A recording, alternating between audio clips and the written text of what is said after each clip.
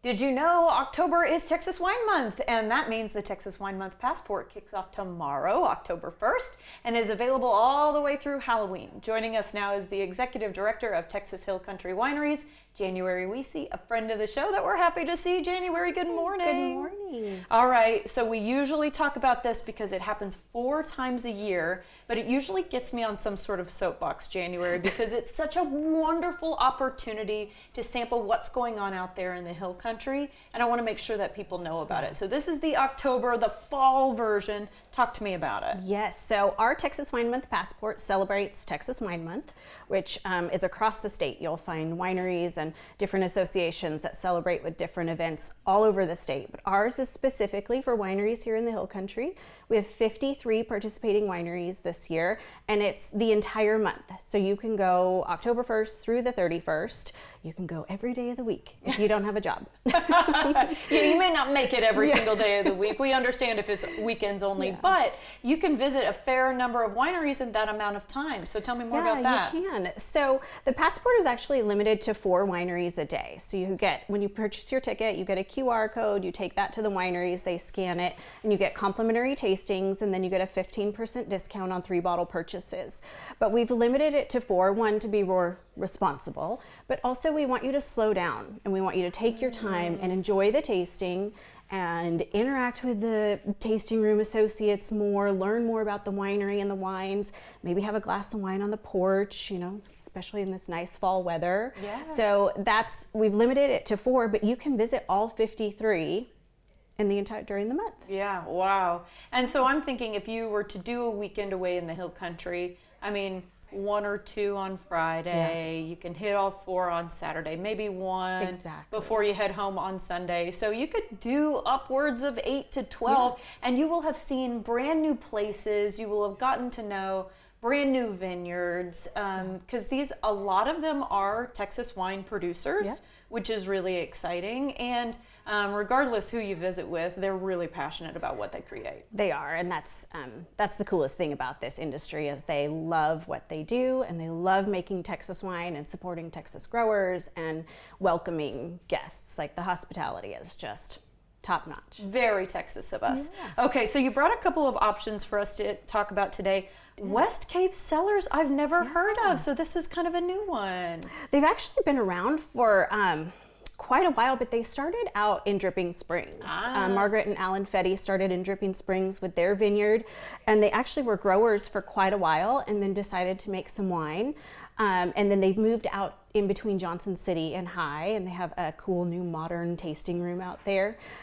We brought their Sauvignon Blanc, which is, you know, you're going to serve that chilled. It goes really great with something like fish tacos or charcuterie, kind of anything like that, nice and light and easy. Okay, love that, because there is still a little heat in the air. It is. Let's talk about Aracel, which, if I'm remembering correctly, is still on the newer side as far as vineyards are concerned. It is, yes. Aracel was started by Brett and Chris Pernew just a couple of years ago, but Chris and Brett both have been in the industry 25 plus years. Wow. So they knew what they were doing. They created this Valais, that's how we're going to say it, Valais Rosé. We don't have French degrees between the two of us. We do not. I should have asked. Which is a really great transition wine. Again, you're going to serve this chilled, but this goes with everything from grilled meats to barbecue. Really? So, with a rosé? Yeah. I'm really surprised by that. Well, and I am also like a no rules. So, you know. And bless you for that. Yes. Yeah, and then of course, it's very versatile. I'm always interested in a red, and Pontotoc, another one I haven't heard of. Yeah. So Pontotoc started in Pontotoc, Texas by Carl and Frances Money. Smells amazing. Their last name is Money? I know. Whoa. Okay, I want to be part of that family.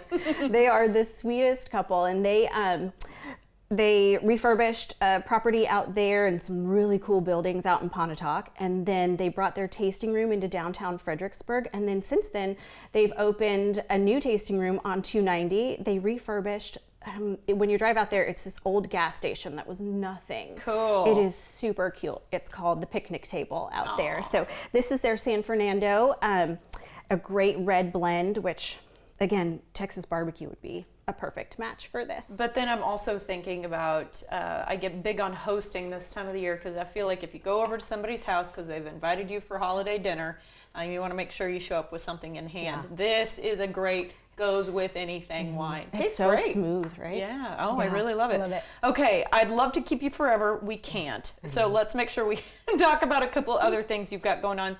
Come Over October. Yes, so Come Over October was started last year. It's a national campaign that was started by a handful of wine publicists from all over the nation, and we're celebrating the second year, and we've of course put a Texas spin on it, and a number of Texas winery associations got together and we celebrate Come On Over Y'all, which is just really encouraging Texans to gather and celebrate and enjoy wine together. Okay, all right.